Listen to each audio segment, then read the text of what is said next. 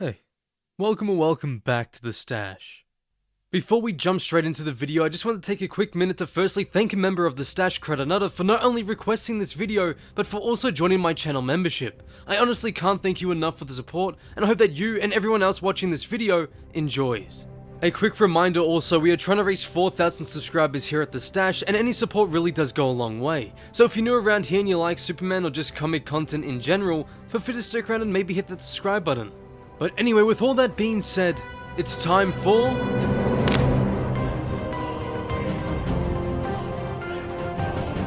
Metropolis slowly awakes, greeted by a peaceful, calm morning. Sadly, less can be said for Libya, for they are currently in the midst of a major terrorist attack.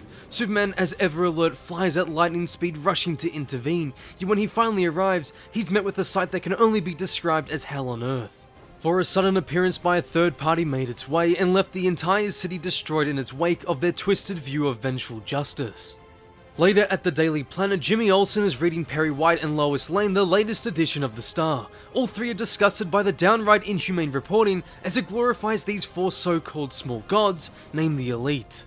Meanwhile, Clark, reporting at the scene, is struggling to process all the horror he just witnessed. Once begun, he starts to repeat what Manchester Black, the apparent leader of this group, said to the Libyan general. "The old ways are dead. Trust me, in less than a year you'll love me for this." Clark then exposes that Black forgot to mention he followed that up by severing the man's legs at the shins using only his mind. Then a certain creep, Jack Ryder, joins in the conversation, immediately throwing petty insults towards Clark. Clark retaliates. He calls Ryder's article unbelievably slanted, and the two go back and forth about their view of the Elite and Superman until Jack says something to Kent that rocks his very core.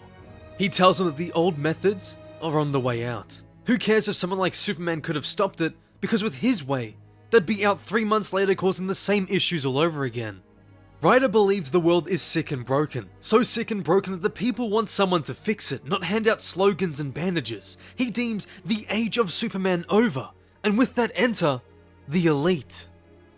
Meanwhile, Lex Luthor is being briefed with details surrounding just how deadly and cunning the Elite are. The one called Coldcast blinked his eyes and shot at 15 satellites from 300 miles out. It's becoming quite obvious around the room that there soon might be a power struggle between this group and Superman. Lex, as always, plays it smart and informs everyone to let this new group do their thing. But as soon as they turn their attention to the American citizens, then that's when it'll be time to strike. Later on, Superman and Steel are digging in on the Elite, with Clark's obsession growing larger and larger with each passing second. The new band of heroes have released their manifesto to the world, deeming themselves the true saviors of the planet. Superman frantically searches for anything to do with the Elite.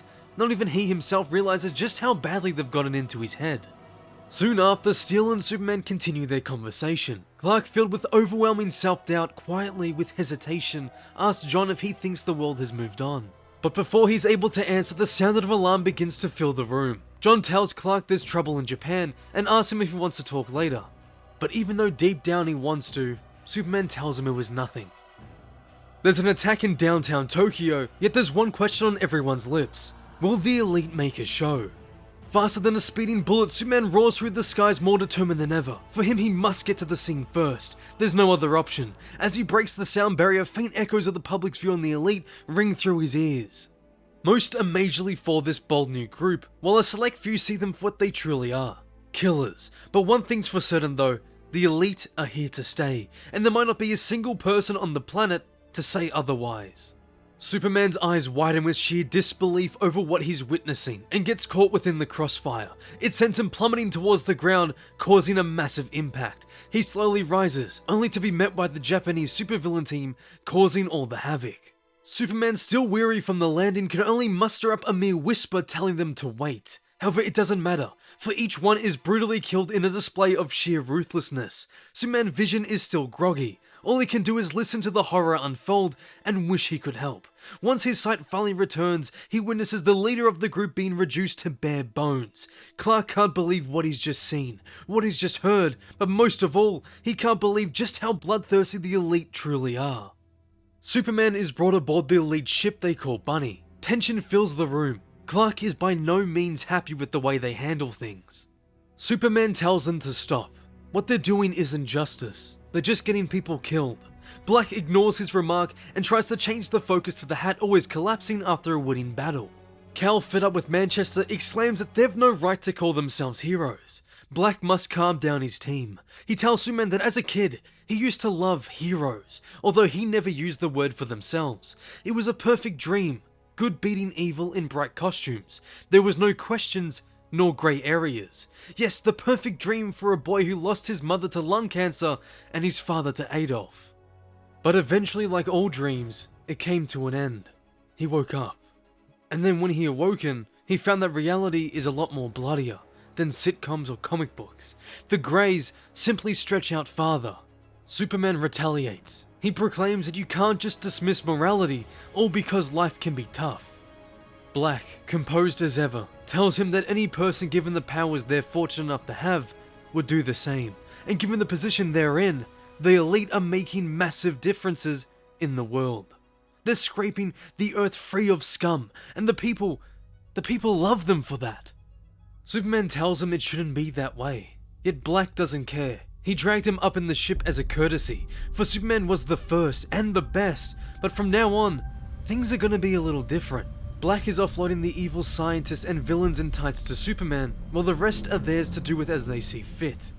Cal gets right up in his face, wanting him to stop immediately, but before he can finish the threat, within a blink of the eye, he's transported to a car sale. He stands there completely dumbfounded and embarrassed.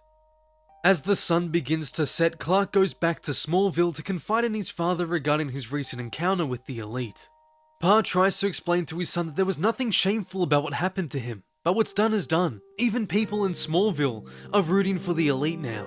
Pa explains that it's mostly just the loud and angry ones. The others are just scared.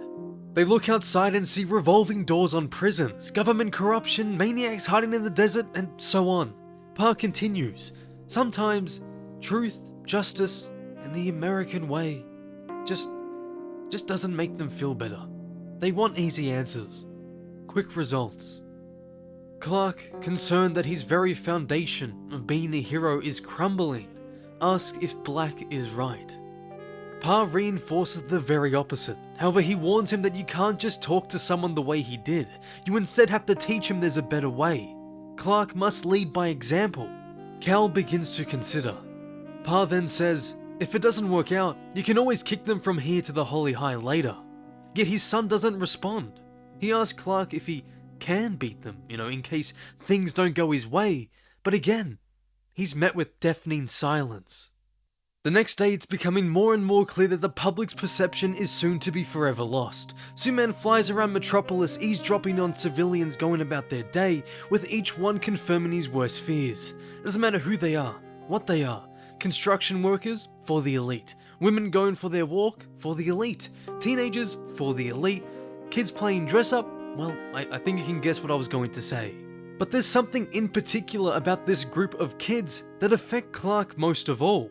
For at the age we're supposed to be our most innocent, the age where such issues should not concern us. These kids don't care about killing. They want to kill each other in their make-believe world. They want to be the elite because to them, Superman is yesterday's news. Soon after, Cal battles with 2 rogue DEO agents and a couple of aliens. In the typical Superman way, he manages to subdue them all without harming anyone. Then of course, the elite show up, and they begin to mock the Man of Steel. Black asks him what's his plan now that he's safely captured the criminals. Cal plans to get the JLA down to detain these aliens and so on. But before he can finish his sentence, smoke puffs into his face as Black calls him an idiot. He begins to give Clark another reality check, explaining how bad these men are, how with Superman's way, it's a guaranteed endless cycle of cops and robbers. They'll eventually break out over and over again.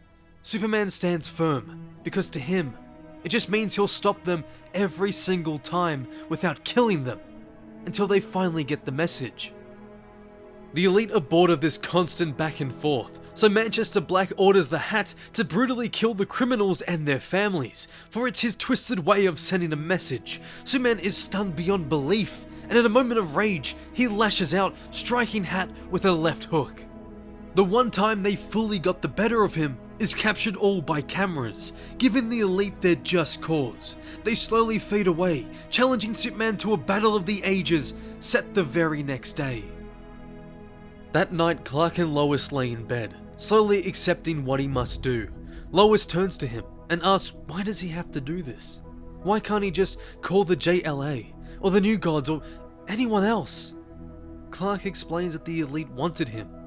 Lois, staring into the distance, looks at Clark and reminds him that he went to them. Cal concedes. He did go to them. He did initiate it all. Lois presses for him to find another way, but it's no use. His mind is set. No matter what, it's his fight. But Lois worries it could be his very last. Clark can't just let it go, no matter how strong they may be. They're perverting everything he spent his life fighting for. You could try to twist it any way you'd like, but it's all the same. The elite have no concept of human rights.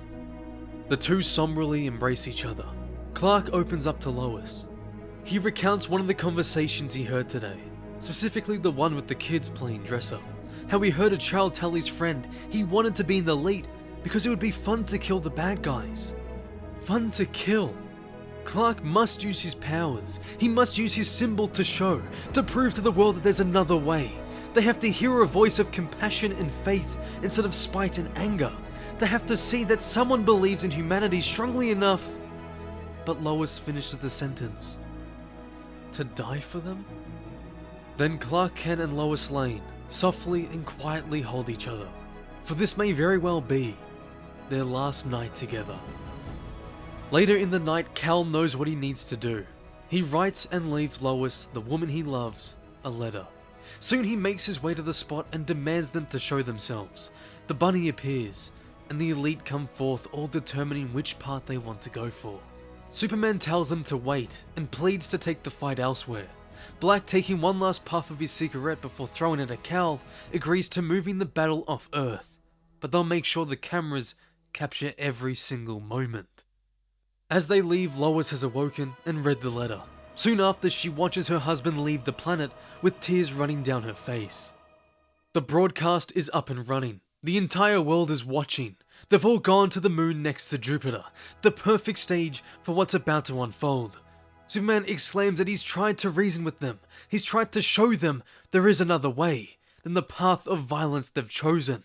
He offers the elite one last chance to stand down, to end this all without further bloodshed.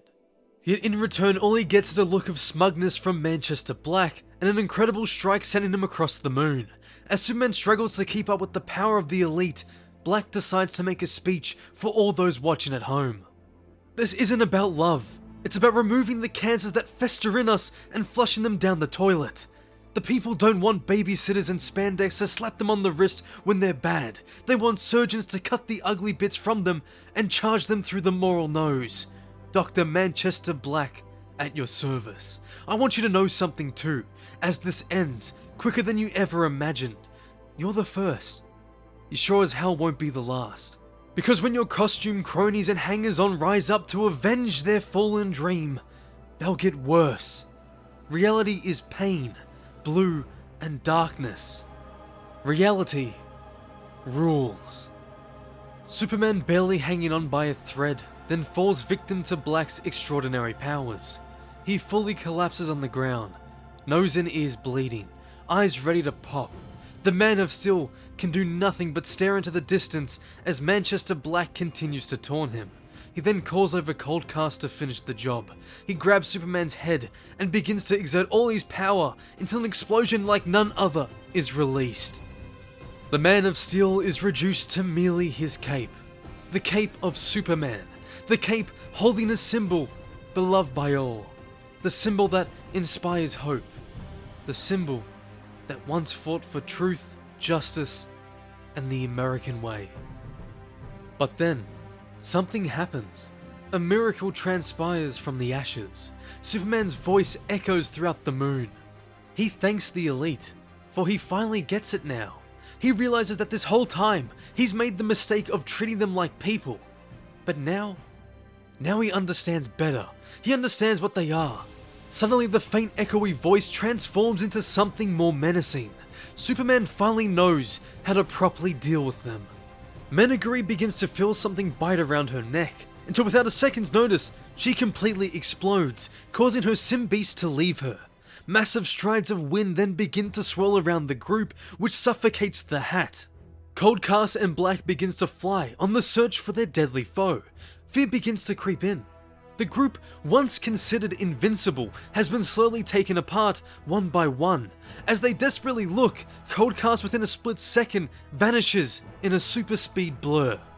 All who's left is the most evil of the elite, Manchester Black. He swears Superman's death, but Cal, in a state never seen before, asks Black to tell him one thing. How does it feel, knowing that everything you thought you had has been taken away from you? How does it feel to have your flaws exploited, to be deconstructed? How does it feel to watch dreams die? Black prepares to show him just that, but Superman denies him, as his eyes begin to turn red.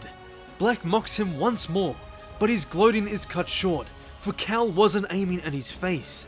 Then, in an instant, Manchester Black's powers fade, his face filled with complete fear, staring into the polar opposite.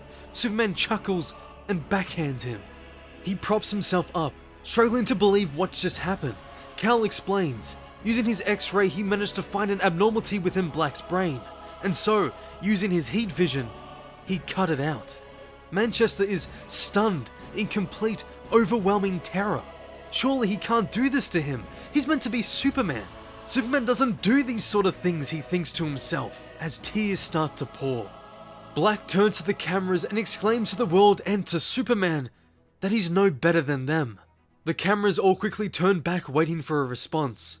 He tells everyone that yes, they did see him. They saw all the ugliness and the anger. And he bets it frightened them.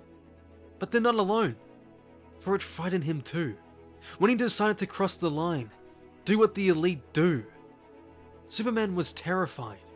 He thought it would be tough, but you know what? It isn't. Anger is easy. Hate is easy. Vengeance and spite are easy. But lucky for them, and for him, he doesn't like his heroes ugly and mean. Superman simply just doesn't believe in it. Black gets right up in his face, questioning what he means considering he just killed his team and gave him a lobotomy. Superman smirks, and this time is the one mocking. He shows Black and the world that the elite are well and truly alive, suffering from nothing more than severe headaches and unconsciousness, waiting for his crew to arrive. They've already got a lock on the elite ship. It was pretty easy actually, since Bunny would finally be set free from Manchester. Cal then points towards Black and tells him that in reality, all he had done to him was pop him with the equivalent of a focused concussion, and that by the time his powers return, he'll be too full of PSI dampeners to do anything about it. In the end, somehow against all the odds, Superman did it. He won. Manchester Black, on the verge of insanity, warns Cal that he should have ended them when he had the chance, for he swears that as long as his heart is beating, he'll never stop coming after Superman. If he truly thinks this is over, then he's living in a dream world. But little does he know that Superman wouldn't have it any other way.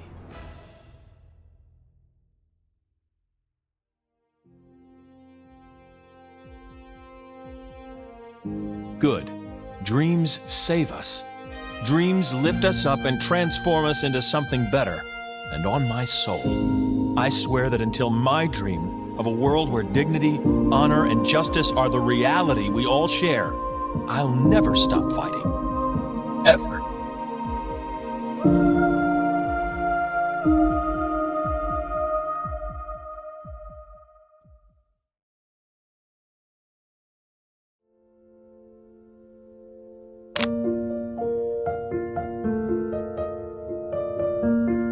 What's so funny about truth, justice, and the American way? I read this for the first time thanks to one of my wonderful members requesting a Superman story for me to look at, so thank you so much, because this issue is special. This issue is what Superman is. This issue is all about what he fights for. Now, can I tell you a little secret? When I read the last page, I almost cried. Because that's the effect a character like Superman can have. The man inspires us to do good, to fight for what we believe in, but most of all, he inspires us to dream. I always wish that in our real world we had a hero like Superman flying around each country, each planet, each whatever, doing God's work. To look up in the sky and wonder, is it a bird? Is it a plane? No. It's Superman. I mean, seriously, imagine that. Imagine seeing him fly through the air. Imagine knowing that there's someone like him on our side, fighting for what's right, fighting for a better tomorrow, fighting for our dreams. This issue perfectly encapsulates everything about the Man of Steel. We need him. He's the gold standard. Superman's core goodness is almost more of a superpower than his actual powers. He's simply a role model for all of humanity. He's damn near incorruptible despite his godlike power, not because of it. Sure, the Snyder movies were fun to watch and the action scenes were pretty great, but he made Superman a good guy on the same level as you or I. Or like any regular person that is good or bad. Superman is more than that. His compassion and care are super. Just like his strength, speed, and durability. In this comic, I love the way they depict the new cool way versus the old boring way. How Clark legitimately feels insecure over the elite stealing his thunder by doing things he'd never do, by crossing a line he swears to never cross. How they even embarrass Clark. They make him look like a fool every single encounter they had, yet he always managed to stay the better man. They force Superman to face such grand moral dilemmas as he must grapple with what it means to be a hero in a world that often seems to favor the more violent solutions. Manchester Black embodies this darker perspective. He challenges Superman's values and forces him to defend his belief in mercy and justice. The comic ultimately emphasizes the importance of hope, integrity, and the enduring power of Superman's ideals, even in a world that may be disillusioned with them. Right off the bat, when they're first introduced, we see them for who they really are. In fact, we get the perfect view of it all. Clark's view up in the sky. We get to properly observe the complete mayhem caused by the elite and their methods. It's the outcome of a Superman who's forever lost in the abyss. It's why Clark is so important, whether it be his ideals, hopes, or dreams. The truth is, if he had gotten there first, no one would have died. But when he's met with someone like Jack Ryder, he realizes that the tide is changing for the worse. No matter who he listens to on the street, he's met with the same result, the same thing he's praying not to hear. Doesn't matter if they're young or old, black or white, the people of the world want their heroes to kill, to go over the edge, because they are trapped within a world of continuous horrors and the never-ending fight for justice. So when the elite come along, all they do is just enforce that ideal tenfold onto the population. They're the new kids on the block. They don't wear capes or costumes. They don't act like those lame heroes in comic books. They go in, kill everyone, and go out. Their way is wrong. Superman knows it. There's no justice in what they do. There's no order or righteousness. And to see Clark come to terms with it and eventually beat them, show them and the world that there is another way, a better way, is one of my favorite moments in comic history. So what's so funny about truth, justice, and the American way? The answer is nothing. For without it, there's no hope. For without it, there's no good. But most importantly, for without it, there's no dreams of a better tomorrow. Thank you for everything, Superman, and good night.